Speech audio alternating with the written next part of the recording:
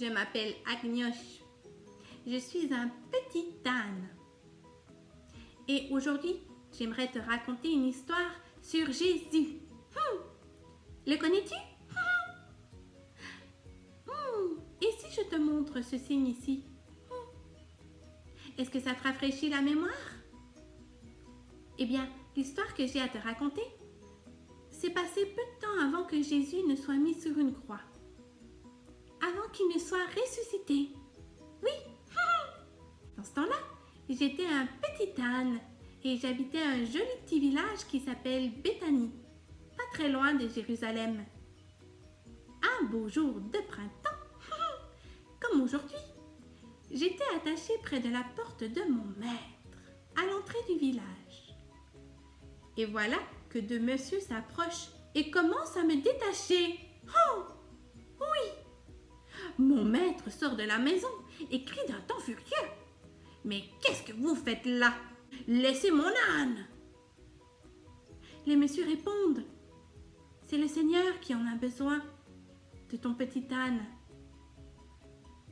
Alors, ils me détachent tout à fait et m'emmènent avec eux. Je me suis laissée faire, oui, parce que je voulais savoir qui était le Seigneur. Toi, aimerais-tu connaître mieux le Seigneur aussi?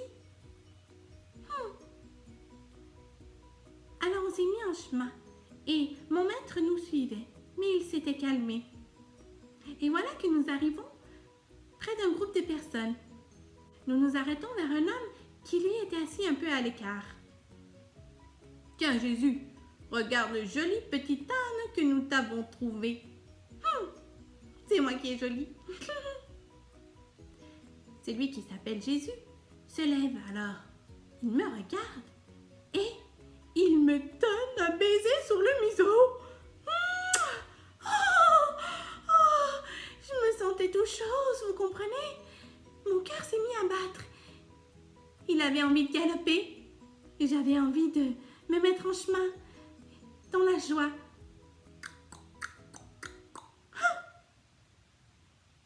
Est-ce que ça t'est déjà arrivé, toi, de sentir que tu devais aller à la rencontre de quelqu'un ou aller à quelque part, te mettre en chemin à cause de Jésus? Un des messieurs qui m'avait amené, alors, a enlevé son manteau. Il le met sur mon dos comme une selle. Et voilà que Jésus s'assoit sur moi à califourchon. Il s'est assis sur mon dos. Et un petit coup de talon, et je comprends, en effet, qu'il faut se mettre en route. À ce moment-là, il s'est passé quelque chose d'extraordinaire. Ils se sont tous mis à enlever leur manteau ou leur veste et à les jeter sur la route devant moi.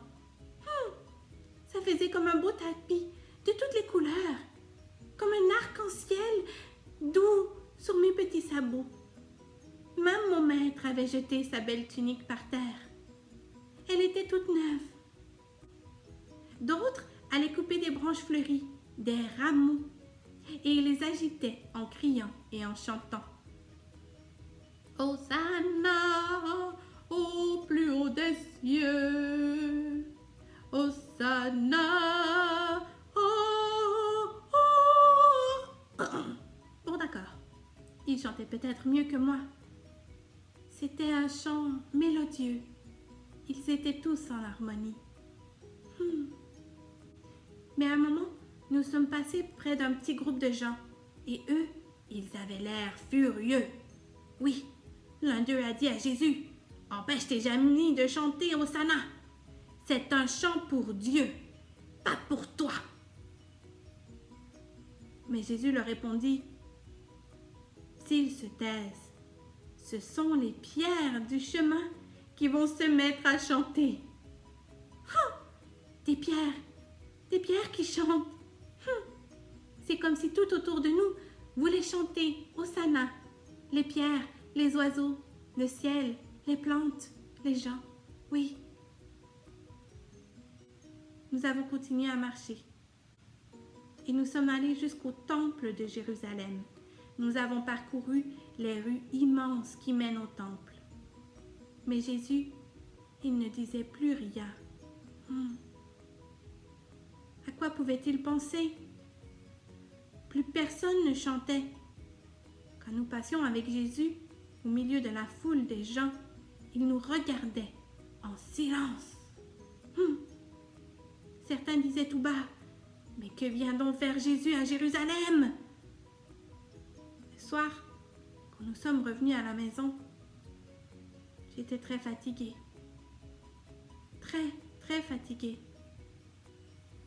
Et mon maître m'a dit, « Je crois qu'aujourd'hui, tu as porté le roi du monde. » Et je ne comprenais pas exactement ce que cela voulait dire. Non, j'avais porté Jésus dans les rues de Jérusalem.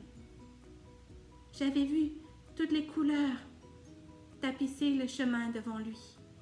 J'avais entendu les gens chanter des louanges, Hosanna, sur son chemin.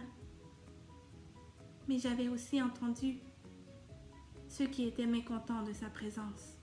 Et, au fond de mon cœur, je craignais le pire.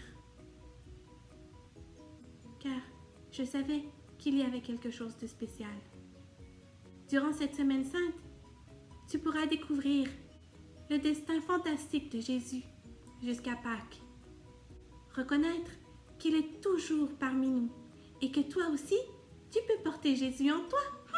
Oui, pas sur ton dos, non, mais dans ton cœur, partout où tu vas. Avec tes arcs-en-ciel et tes fleurs du printemps et ton beau sourire. Et je te souhaite une très belle montée pascale. Et j'espère que mon histoire t'aura aidé à faire du sens de tous ces événements, de la vie de Jésus, pour nous et pour notre espoir. Au revoir et je te donne un gros bisou, Dan!